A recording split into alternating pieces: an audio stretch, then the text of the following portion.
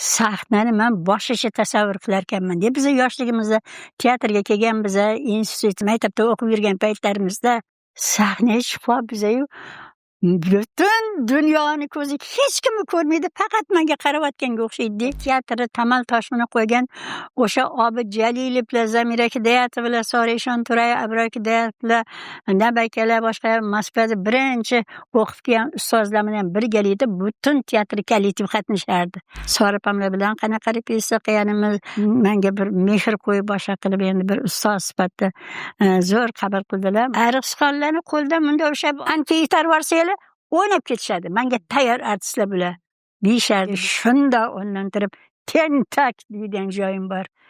Men seni sinamoqchi edim. Sen mahali menga teng bo'ladigan. Gamlet o'ynaganda Afiyada roman qiynalganman. Era Abdullayeva, Erkin Malikbayeva, Iroda Aliyeva, Lola Badalova bular hammasi rusiy zabon, ruscha gapiradigan qizlar bo'lgani uchun yana bu Yevropa klassikani qotirishardi-ku. Tillaringni qarg'acha o'qisin, qachon bilan o'zbek bo'ladi andomandim. Mana Ruslan chiqdi, meni ko'p hurmat qilib. O'sha davrlarda ayol aktrisalarni jamiyat qanday qabul qilgan? Ayollarni rollarini erkaklar o'ynaydigan zamonda bo'lgan. Adamni o'zlari ruxsat berganlar. Oyim ham ruxsat bermagan. Voy, xo'jani qizi artist bo'ladimi? Nima deyapsiz adasi? Voy, qo'ying.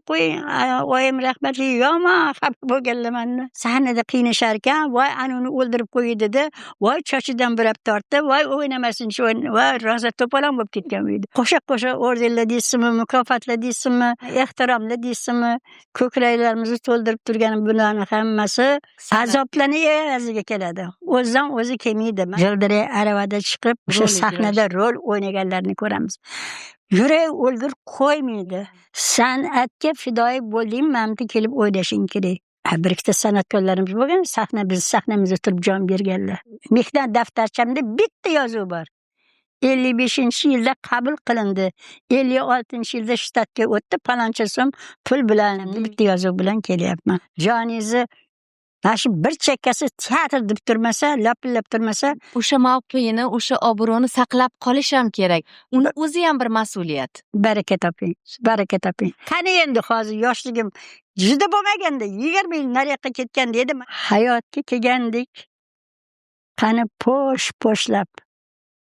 Hademay ketamiz xayr xo'shlab. Ortdachi nom qolar yaxshi yo yomon. Odil haq turibdi tarozini ushlab.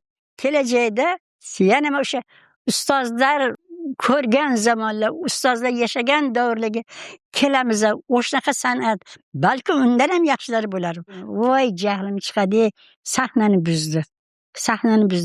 Nega men yoqqa qarab gapiryapti? Hozir nimaga bunaqa so'zni qo'shdi? Boringlarga shukr, aziz insonlar. Assalomu alaykum dilga yaqinlarim. Omonmisiz? Yana sizlar bilan diydorlashib turganimizdan behad shodmiz. Bugungi suhbatdoshimiz mahoratli aktrisa, O'zbekiston xalq artisti Rixsixon opa Ibrohimova. Rixsixon opa, sizni ko'rib turganimizdan xursandmiz. Rahmatjon. Suhbatimizni ilk bor sahnaga chiqqan paytlaringizdan boshlasak. 71 yil orqaga qaytarkanmiz-da. O'sha paytdagi hayajon, qo'rquv. Men 1955 yilda birinchi kursda o'qiyotganimda, talabalik paytimda teatrga chaqirishgan. Sora Eshonturayeva ustozligimizda shu bizga yangi aktrisalar kerak deydigan paytda, talabalik paytimda birinchi kursdan teatrga kelganman. Birinchi kursda birinchi epizodim o'sha paytda Shohida Mag'zumova Xolisxon degan spektakl qo'yayotgan edilar. Shunda haram kartinasi bor edi. Qizlar o'tirib ashula aytib o'yin qiladigan, Ali Boyvachchani nima ayollarni taniydigan joyi bor edi. Shunda kichkinagina Mahmuda degan bir og'iz so'zi bor, epizodik rolga chaqirishgan edi. O'shanda maktabimizdagi qizlar bir ikkitalari kelib qatnashgan biz. sahnani man boshqacha tasavvur qilar ekanman deb biz yoshligimizda teatrga kelganmiz, institut maktabda o'qib yurgan paytlarimizda mana bitta paxtavoy degan o'yin o'ynardik, nimalarni krujoklarga qatnashardik. Keyin teatr orqasiga ashqal osilgan narsalarni ko'rib voy bu bitta go'zal chiroyli boylarni uyi bo'ladi, nimalar bo'ladi desak, yoqda hamma sahnaning orqasiga hayratda qo'yaman, teatr shunaqa bo'lar ekan. Endi bo'sh nima o'sha yerda endi biza kiyinib boshqa qilib o'sha xolisxonga kelganimizda bizaga hammamizga nimcha, lekin manaqa chiroyli o'raydigan ro'mollarni qanaqa o'rash kerakligi, gaja qo'yish mumkin, hali nozik qarash bilan sahnaga chiqasizlar deb o'rgatishgan. Bir ikki marta repetitsiya qildik. Sahnaga chiqib bizayu butun dunyoni ko'zi hech kimni ko'rmaydi, faqat menga qarayotganga o'xshaydi. Sahnada katta joyda bitta o'zim turgandek odam hayratlanib ketar ekansan-da. Lekin o'sha bir og'iz aytadigan so'zing, voy kelinlar, xonimlar, qani xush kelibsizlar deganda assalomu alaykum deb kirib kelishi o'zida ovozim o'zimga nima chiqmayotganga o'xshaydi-da. Mana shu butun dunyo menga qarayotgandek odamda bir hayajon bosar ekan. Birinchi qadam qo'yganimiz shunday edi. Yoki lekin o'rganib ketdik, boshqa qildik. Birinchi katta o'ynagan rolim, endi kichkina epizodlardan bir ikki marta o'tdim-u, menga darrogina bir katta rolni tavsiya qilishdi. Bu ham bo'lsa, biz ham Moskvada yoshlarni ko'rsatadigan bir dekada bo'lish kerak edi. O'zbekiston yoshlarini ko'rsatishimiz kerak deganida, Yo'lchi yulduz spektaklda boyning kenja xotini juda ko'p joyda aytganman, Gulasal rolini o'ynaganman. Dahshat rol, og'ir rol, qiyin rol. Butun teatri eng kattalari, teatri tamal toshini qo'ygan o'sha Obid Jalilovlar, Zamira Hidoyatovlar, Sorishon Turay, Abror Hidoyatlar, nabakalar, boshqa Moskvada birinchi o'qib kelgan ustozlar bilan birgalikda butun teatr kollektiv qatnashardi. Moskvaga dekadaga borganmizda, shunda menga boyning kenja xotinini berishgan. Kollektiv qabul qilib olinadi. Shunda meni bosh rol, menga berilgan rol, meni chaqirishdi, instan kelib bir chekkada o'tirdim. Keyin Amin Turdiyev boyni o'ynaydilar. Uni kenja xotini bo'ladi.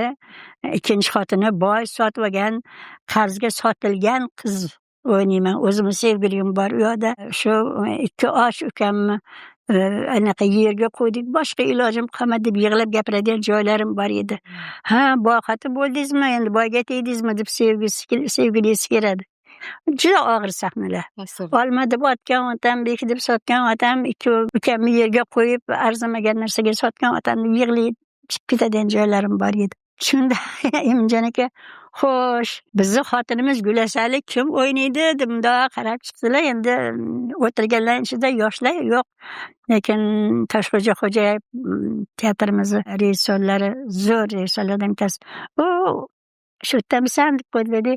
Shu yerda o'tirgan qizimiz o'rnidan turdilar. Assalomu alaykum deb nimaga qarab, kollektivga qarab nima qilsam, ha ko'ramiz deb, yo'q, mana shu qizimni tayyorlayapmiz, Moskvaga ham boradi. Xullas spektakl o'tdi, zo'r mahorat bilan o'ynaldi. Endi u meni tayyorgarlik ko'rishlarim, boshqalarim, qanaqa repetitsiya qilganlarimiz, Soripamlar bilan qanaqa repetitsiya qilganimiz, Amin Turdiyev bilan qanaqa Amin Turdiyev borgan sar menga bir mehr qo'yib boshqa qilib, endi bir ustoz sifatida zo'r qabul qildilar. Moskvaga borib, Moskvadagilar aytdiki, birinchi kurs talabasi o'zbekistonlik aktrisa Ruxsa Ibrohimovani biz institutda diplom oldi, bitirdi deydigan qog'oz beramiz. Tayyor artistka ekanda Moskvada shunaqa bir anaqa chiqqanda uni. Shundan keyin menga ishonch bo'lib ketma-ket milliy klassikadan, ayniqsa o'zbek milliy klassikadan Jamila, Gulyuz, Gulasal, voy hali Gulilar juda ko'plarni o'ynaganman. Keyin sekin-sekin dunyo klassika asarlarida men hech nolimayman, asosan bosh qahramonlar rolini o'ynaganman. Deyarli bosh qahramon. Epizodlar ham bor buning ichida. Hammasi ijobiy rol qahramonlar. Keyin bir 20 yillar shunaqa o'tgandan keyin Ruxsxon faqat shunaqa nimada bo'ldi. Endi salbiy rollarni ham, komik rollarni ham o'ynasin deb, lekin bir ikkita salbiy rollarni ham o'ynashimga to'g'ri kelgan. Qiyinchilik bo'lmaganmi salbiy rol? Juda qiyinchilik bo'lgan. Juda, men endi o'rganib qo'ygan ekanman, hamma masala nima deydi? o'zbekni hali odobli, hayoli, nima deydi, endi ekranda ko'rsangiz ham o'sha dunyoni ishlardagi rolim ko'p odam gapiradi, o'shanga o'xshagan. Men asosan televizorda juda ko'p chiqqanman. Teatr bilan baravar men radio, televideniya, kinoda kam. Juda kinoda. Men kino aktrisa demayman. O'zim hech qachon bir 30-40 ta rollarim bor. O'sha shumbalar, o'sha kichkina rollar. Men nima yozdim Xudoga? Bu kunimdan oyi. Ancha shu peshana bo'lmasa. Boshimga bitgan balo bo'ldi-ku. Voy. Voy shurim. Men asosan teatrda va televideniyada. Televideniyada o'sha otalar so'zida eng ko'p o'ynagan Munchi bilan ko'p chiqarurasizlar desa, ariqsixonlarni qo'ldan bunda o'sha ancha yetar borsanglar o'ynab ketishadi. Menga tayyor artistlar bular deyishardi. Biza tayyorlab kelardi. Bu Murabbos baraka topsin. Bizani achpishodek qilib tayyorlab, juda katta rollarni ko'pini o'sha yerda o'ynaganman deb hamma meni o'shaqa obrazlarga mos deyishardi. Abu Rayhon Beruniyda Malika Sayyorani, G'aznaviyning singlisini o'ynadim. Endi sovutlar kiygan, nima deydi, jangari, hali Abu Rayhonni shunda avrab boshqa qilib, men sizni sevib qoldim, unda deb yolg'ondan uni avraydigan joyi bor.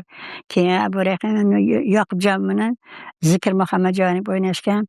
Kechirasiz, meni sevgilim bor. Siz bir malika bo'lsangiz, menga ko'ngil qo'yishingiz nojo'ya degandek gap qiladi. Shunda o'rnantirib tentak degan joyim bor.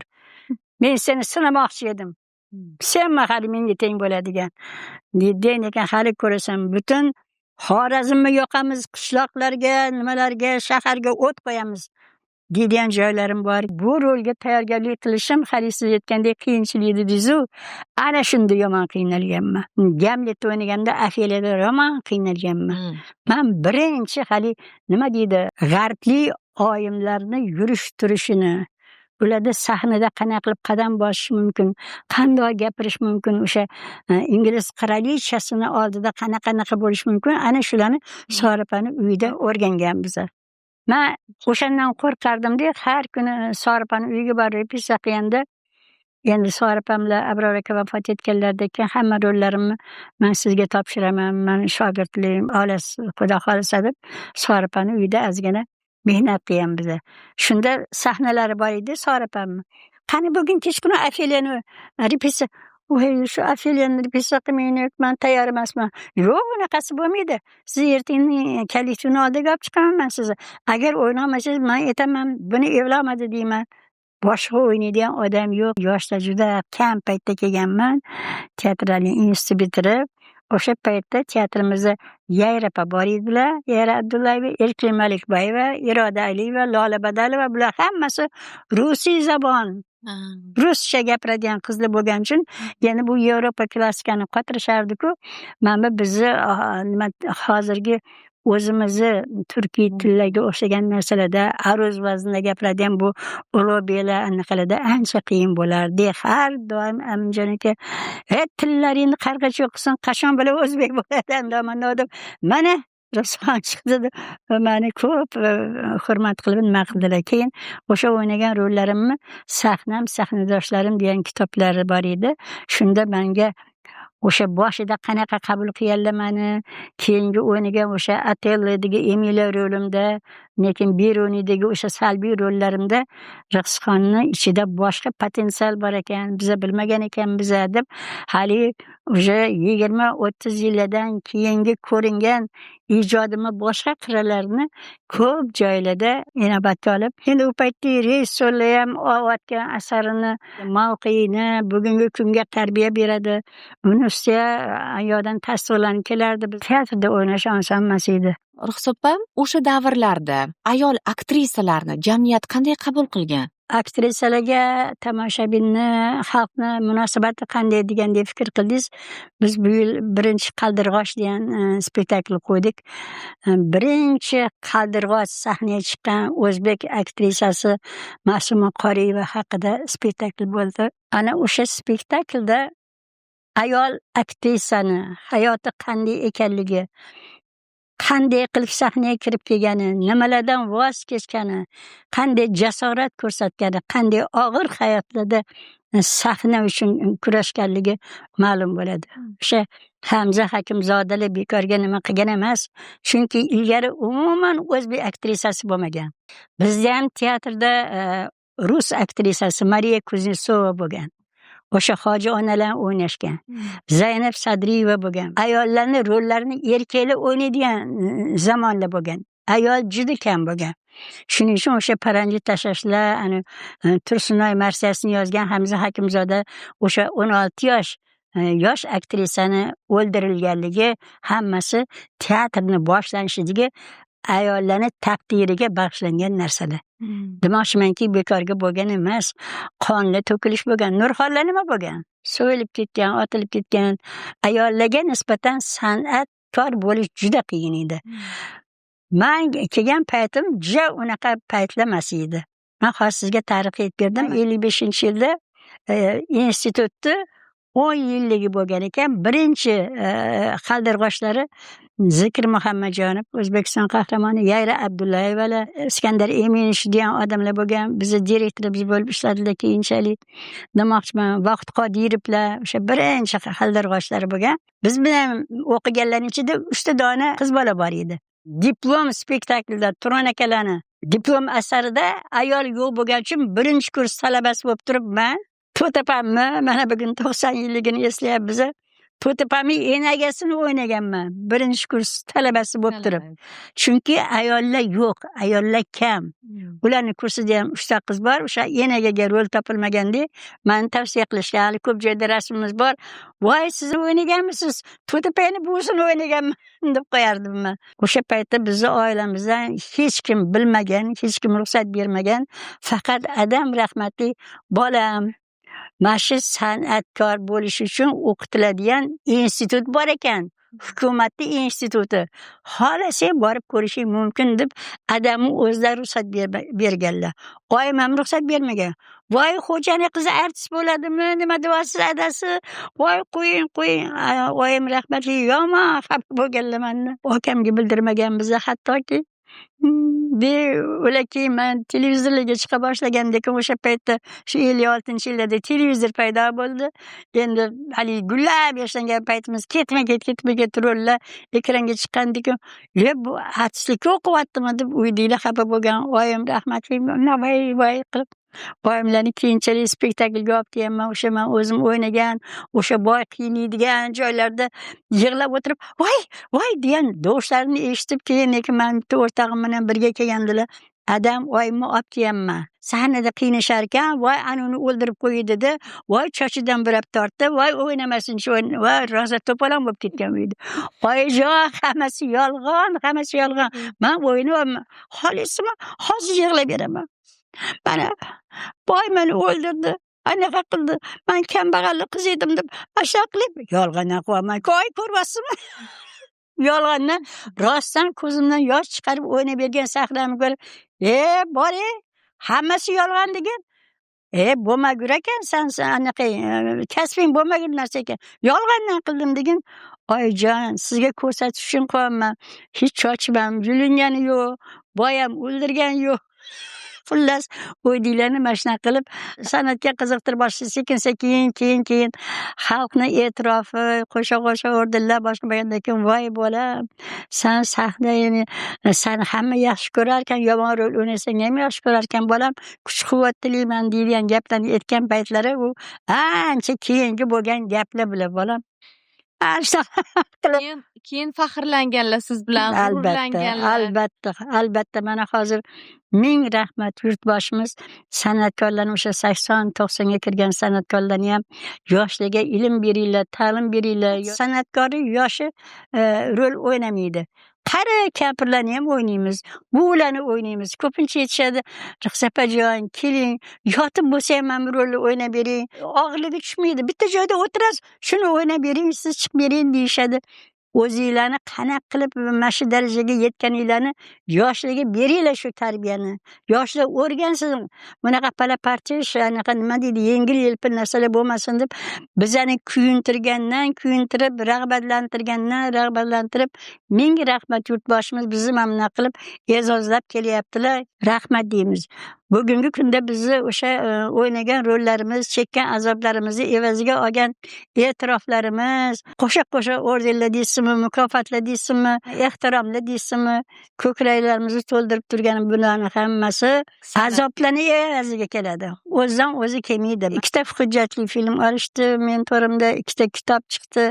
Buni hammasi nima deydi, e'tiroflar evaziga keladigan, xalqning hurmatini qozonganimizdan keyin kelgan bizga bo'lgan mehnatlaringizni mahsuli aslida. rahmat. Yillar davomida mana 70 yil bo'libdi. Bu yil 71 yil, o'zi emas, 71 yil bitta sahnada, bitta maskanda ijod qilish. Bu insonni bir umr deyish mumkin. Buni ortida to'g'ri ustoz aytganingizdek, mehnat, sabr, o'z ustida ishlash degan narsalar yotadi. San'atkor teatrda o'lsam deydi deyishadi-yu. Oxirgi kuch qo'yincha xalqni mehridan, xalqni nazaridan qolmaslikka harakat qiladi. Shuning uchun san'atkor 70 ga kirdimi, 80 ga kirdimi, cholmi, kampirmi, mana hozir o'ynagan rollarimiz oho, necha yuztalar kichkina rol o'ynab turadi deydigan. Sog'lig'ing ko'tarsa, boshqa qilsa, umringni oxirigacha sahnada g'ildiray aravada chiqib, o'sha sahnada rol o'ynaganlarni ko'ramiz. Yurak o'lgur qo'ymaydi. Ishingiz to'la anaqa kuchingiz kelmasligi mumkin. Mana hozir qobiliyatlarni aytdingiz. Aktyor uchun zarur bo'lgan xislatlar bor-da, sabr, toqat, mehnat, o'qib o'rganish. Mana shu xislatlar orasida qaysi biri sizga ko'proq qo'l kelgan? Sahna orti qiyin vaziyat. Har doim ham chiroyli bo'lmaydi. Inson yashabdiki, mana men hozir 89 ga qarab ketyapman. 88 o'tkazib. Qancha og'ir kunlar. Qancha yo'qotishlar, ustozlarni yo'qotishi, ota-onani yo'qotishi, opa-ukalarni yo'qotilishi, qarindoshlar yo'qotilishi. Do'stlar. San'atga fidoyi bo'ldingmi, kelib o'ylashing kerak. Bolang anta bir temperaturada bo'lsa, yo qo'shniga, yo biron odamga tashlab ketib yoki bo'lmasam o'shani ko'tarib kelib sahnaning orqasida birov ko'tarib turadi, o'ynaydi. Demoqchimanki, sahnani mashaqqati, bir ikkita san'atkorlarimiz bo'lgan, biz sahnamizda turib jon berganlar. Qiyin narsa. Ota-onasi o'lgan kuni konsert bergan san'atkorlarimiz bilamiz. Endi bu san'atkori peshonasiga bitgan og'ir zahmatlar. O'shalarning evaziga keladi bular. Mehnat daftarchamda bitta yozuv bor. 55-yilda qabul qilindi. 56-yilda shtatga o'tdi, paloncha so'm pul bilan deyilgan joyi bor. Bir ikki joyda rahmatnomam bor. Bitta yozuv bilan kelyapman. Endi hali aytganingizdek, uning uchun odam o'ta fidoyi bo'lish kerak. Fidoyilik. O'ta fidoyi bo'lish kerak. Agar o'ta fidoyi bo'lmasangiz, joningizni mana shu bir chekkasi teatr deb turmasa, lapillab turmasa, bo'ptiman, to'yimman, teatrdan endi anaqa deydigan bo'lsa, u o'sha san'at emas. Demak, san'atkorning haqiqiy burchi nima degan savolga siz sevgi, o'zingni kasbingga chin dildan qo'ygan mehring, fidoyilik bo'lmasa bo'lmaydi. Fidoyilik degan so'z o'zing nimangdandir kechasan-de. Nimangdandir kechasan. O sog'lig'ingga qaramaysan, boshqaga qaramaysan. Men bugun kelishing kerak, o'ynaysan. Yoda davlening chiqib ketgan, bu yoqda covid bo'lib yotibsan, bu yoqda anaqa kelib o'ynash kerak. Baribir hali aytganingizdek, og'ir mashaqqatli narsalarni ortda qoldirib, baribir kelib shu vazifani ado etib ketishing kerak bo'ladi. Ana shundagina yuzaga chiqasan. O'sha mavqeini, o'sha obro'ni saqlab qolish ham kerak. Uni o'zi ham bir mas'uliyat. Baraka toping. Ana shunda ozgina xijolatpazlik bo'lib, yo'q bormayman, yo'q mazam yo'q, bugun imkoniyatim yo'q deyman, boshqa qilaman. Uydasiz-u, unda deyishadi. Ko'p o'qiyman, uyda o'tirib ijod qilasiz. Ijod qilamiz. Ilhom olasiz, nimadan kuch olasiz? Yurak ulgur baribir o'qigan narsalaringni bir xil joylar, shuni hozir sahnada qo'yilsa, shuni qanaqa o'ynagan bo'lardim deyman. Nega o'tirib anta televizorda ko'raman deb bir xil hali nima deydi, yuragimga g'ashlantiradigan san'at emas endi bu. chiqib gapirib quruq so'zni aytib chiqib ketish, chiroyli kiyinib boshqa qilish u boshqa. Endi sahnadagi haqiqiy san'atkorni o'ynash boshqa bo'ladi bolam. Mana bu yerda o'tirgan tomoshabinni hammasini ko'zi sizda bo'ladi. Ko'zingizni pirpiratayotganingiz bormi? Ichingizga tug'yon bormi? Haqlik, nohaqlik, yaxshilik, yomonlik, nima deydi? Hamma ishingizni ko'rsatib beradi. Butun vujudingiz bilan berilasiz o'sha rolga kirib ketish uchun-da. O'shaning uchun sahnada bir paytda yaxshi o'ynaganimizda chapay chaladi, lekin oxirida salom berganimizda ketqizib yubormaydi, mashina turaverishadi. 5 minut bo'lsa ham turib qilishadi. Alohida chiqqandan keyin o'rnidan turaveradi. Ana shunaqalar sanga ruh beradi-da. O'shanaqalardan keyin voy hali ijod qilishim kerak ekan. Qani endi hozir yoshligim juda bo'lmaganda 20 yil nariyoqqa ketgan dedi. Mana bugungi imkoniyatlar. Bugun yurtboshimizni berayotgan nimalar voy qanaqa grimxonalarda. Bitta grimxonada Sora Eshonto'rayeva bilan yana ikkita aktrisamiz Zamira Hidoyatova, Zaynab Sadriyeva 3 kishi bunaqa qo'yan teatrda 30 ta 40 tasi bo'lsa, o'shandan 20 tasi yana bitta grimxonada qilardik. Mana hozir yurtboshimiz bizga qilib bergan mana bunaqangi koshonada o'tirib rohatlanib har 2 kishiga bittadan grimxona, u yerda kelib 1 soat, 1,5 soat rolingizni o'qib, sahnaga tayyorgarlik qilasiz. O'zingizni uyingizdek his qilib, joni jahoningiz bilan o'sha yerda berilib, hozir sahnaga chiqib o'ynayman deb qilasiz. Bugungi san'atkorga berilayotgan imkoniyat xoh kinoda bo'lsin, xoh teatrda bo'lsin, xoh krujoklarda bo'lsin, mana hozir yana xalq teatrlarini gapirishyapti. Umuman san'atga aloqasi yo'q bolalarni hozir maktabdan o'sha bizning davrimizda mana shunaqa bo'lgan. Aktyor uchun unvon, martaba, shon shuhrat muhimmi yoki tomoshabin e'tirofi? Tomoshabin e'tirofi. Endi e'tirof etilganingizdek yurtboshimiz tomonidan albatta bu eng yuksak mukofot. Bu seni qilgan mashaqqatlaring evaziga, xalqni sevganiga, qilgan ishlaringga deb endi uni nima deydi, mujassamlashtirilgan markazida o'sha yurtboshini bergan unvonlari turadi, ko'krakka taqiladigan nishon turadi. Lekin asosan xalqni mehri. Xalqni mehridan qolding, bo'ldi, u seni san'atkor deb atashga haqqing yo'q. Xalqni mehri juda. Endi hozir hali aytganingizdek, voy men unaqa unvon olmadim, bunaqa. Voy baraka topkur. Senga ancha ilgari xalqni mehri tush bo'ldi. Xalqni mehridan qo'ymasang, ertaga seni nari dunyoga nima bilan olib ketmaysan, orqangda qolgan ishingni gapirishadi. Mamlaqa aktrisa edi, mamlaqa aktyor edi. Voy uni o'ynagan rollar anaqa edi. Bittasi eslab qo'yadi. Voy esingizda bormi, mamlaqa artist bo'ldi, bunaqa artist bo'lgan. Voy palonchi. Men sal g'ashim keladiki, seni mehnatingni mana biz o'tiramiz badiiy kengash a'zosiman. Doim aytamiz, men bu arziydi, men bu anaqa, men bunga bersa bo'lardi, unda deymiz. Endi Allohning nasib qilgani bo'ladi, boshqa bo'ladi-ku.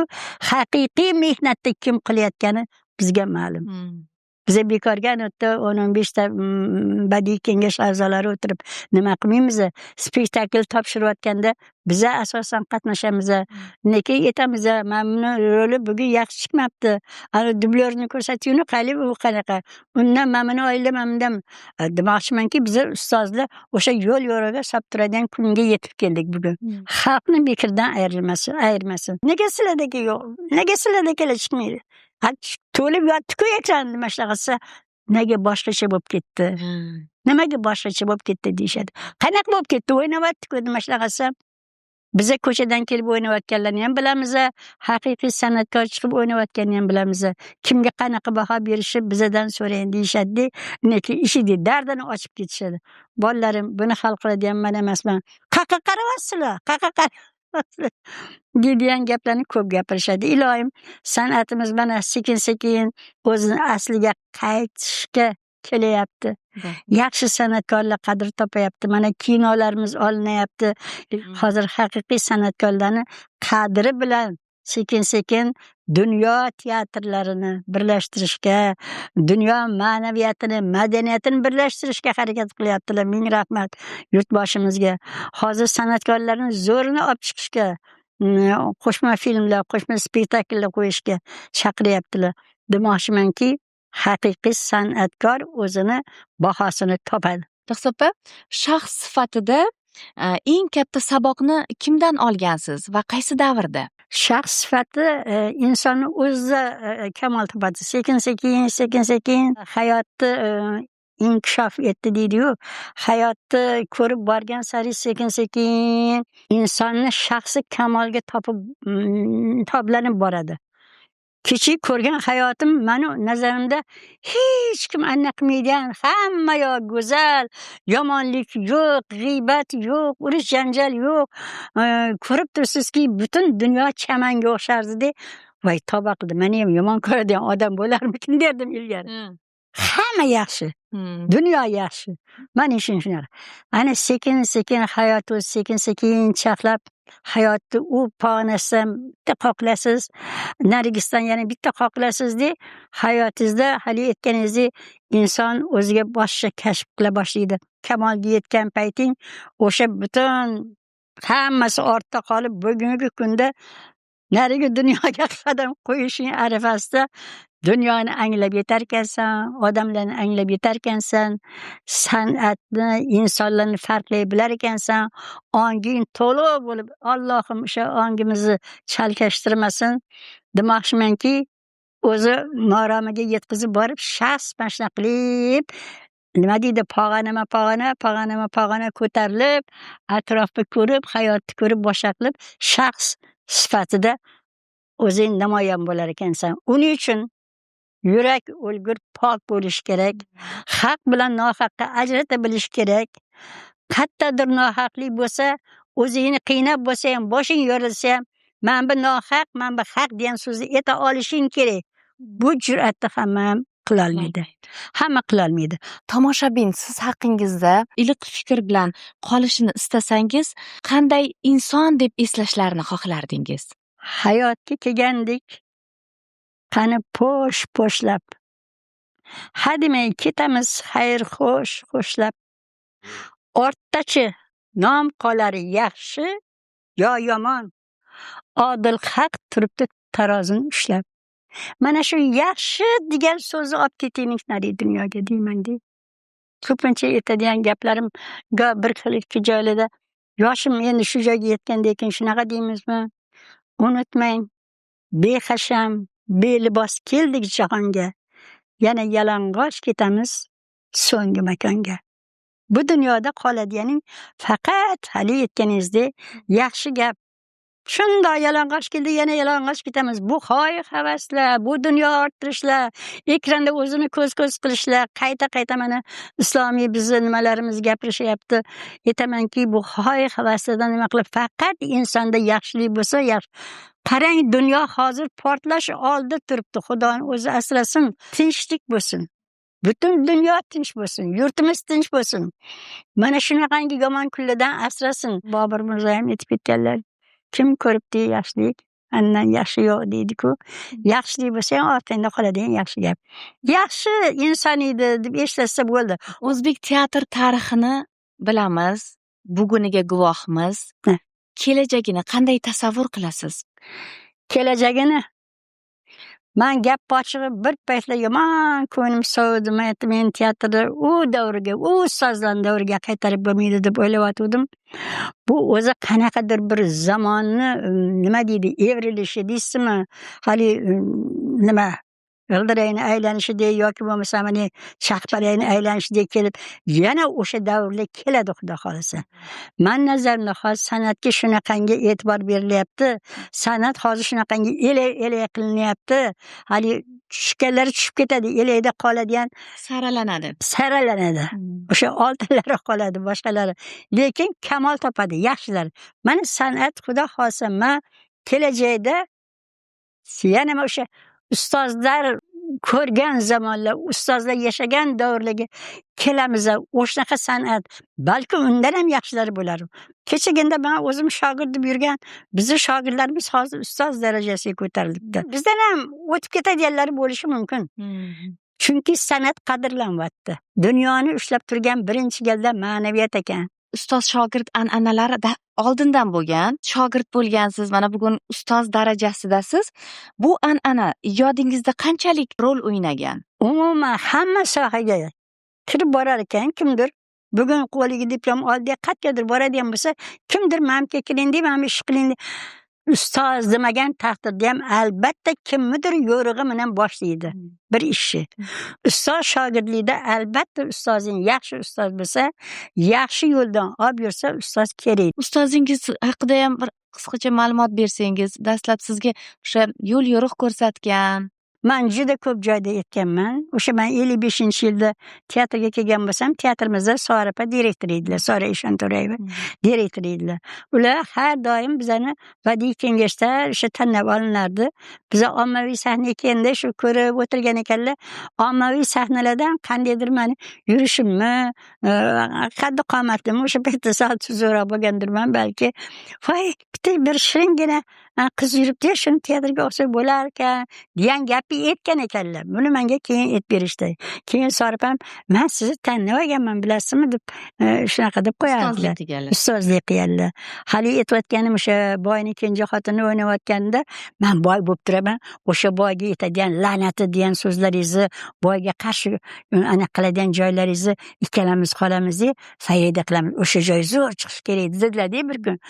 Endi men teatrga yangi kelganman. Endi qanaqa qilib Sora opamga, "Ming la'nat senga, yo'q, men sizga yeta olmayman, turing, men hozir Sora bezmasman, men hozir boy roldaman, gapiring, qani degan gaplari. Lekin o'sha sahna o'yinlariga borganimizda shu Ofeliyani qiynalganman-da. Hozirgi kunda o'zini faoliyatini davom ettirayotgan xalq nazaridagi shogirdlaringiz Shogirdlarim ko'p. Ko'p, ular juda ko'p. Shogirdlarim ko'p. Nigina Anarbayeva degan qizimiz bor. Juda ko'p narsalarda kelib mendan maslahat olgan, juda yaxshi aktrisa, kamtar, bosh qahramonlar o'ynaydi. Gulnora degan qizimiz bor, xorazmlik. O'sha ikkalovlarni mana shu teatrga kelgandan men paypaslab yurardim-da. Zo'r aktrisalarning bittasi. Dilnoza Kubayevalar, endi bular eng kenja nimalarimiz. Ra'no Yarasheva deysizmi, Shokida Ismoilova deysizmi, bularning hammasini, men hammasini bittadan aytib chiqishim kerak. Xosiyatxonlar, boshqalar. Bugungi kundagi yosh aktyorlarni sizga yoqqan jihatlari bormi yoki aksincha ulardagi qaysi qusurni ko'rib xafa bo'lib ketasiz? Hammasi yaxshi asar bo'lsa, yaxshi rejissor bo'lsa, roli yaxshi bo'lsa, zo'r berib kirishib o'ynaydi. Hech qaysi yuzaki o'ynamaydi. Bilishadi, bu yerda biza o'tiramiz, hali bizadan tashqari yana teatr jamiyatidan kelishadi, boshqa joylardan biza butun kollektivga topshiramiz. Hammasi titrab turishadi, bugun qanaqa o'ynar ekan biza deb. Qusurlari deganingizda sal palapartish vaqtliroq kelib o'sha tayyor egarlangan otdek turish kerakki, hozir sahnaga chiqaman deb, shu rolni o'ynayman deb yurib o'ynab turish kerak. E'tiborlik bilan mas'uliyatsiz sahnaga chiqsa, "Voy, ana qildimmi, bo'ldi, chiqib ketdim. Ha, boshladinglarmi? Osh anaqa pardangni." O'ynab ketib. Bunaqa emas. Har doim men har bitta kichkina rolim bo'lsa ham uyda qaytarib kelaman. Men bitta daftarim turadi, daftarimga qaytaraman. O'sha kichkina narsamni ham boshqatdan o'sha holatga kirib olmagunimcha yonimda partnyorim yoki bo'lmasa yangi bitta qiz kirgan bo'lsa, yo yangi bola kirgan bo'lsa-da, vot bo'ladi. Qo'shilgan bo'ladi-da, hali unchalik voy jahlim chiqadi, sahnani buzdi.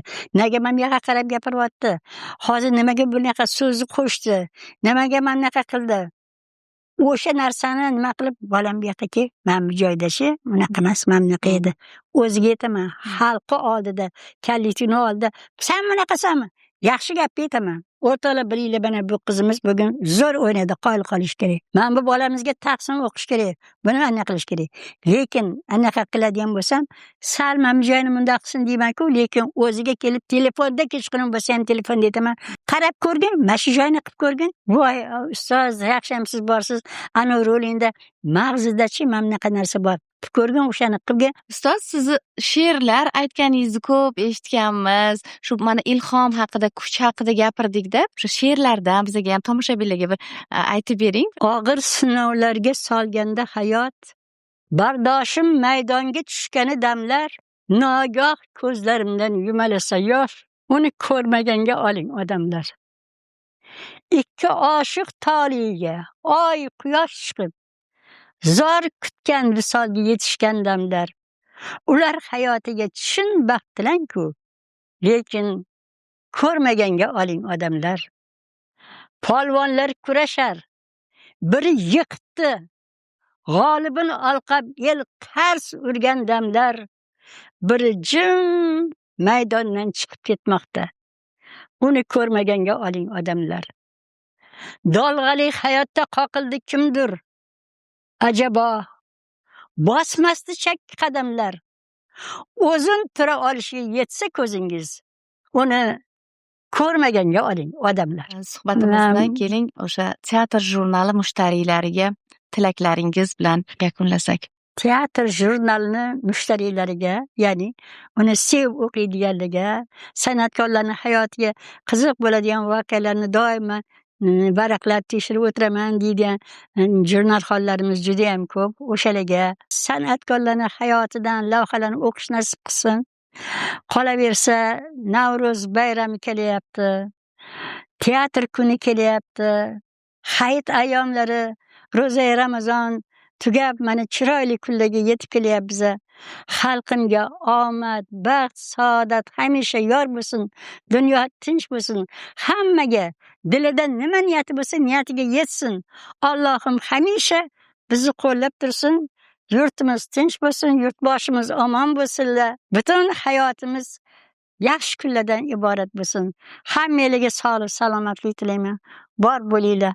Boringlarga shukr, aziz insonlar. Samimiy suhbat uchun katta rahmat. Doimo sog' omon bo'ling. Sizdan hali yana sara asarlar, ijod namunalarini kutib qolamiz. Rahmat suhbat uchun.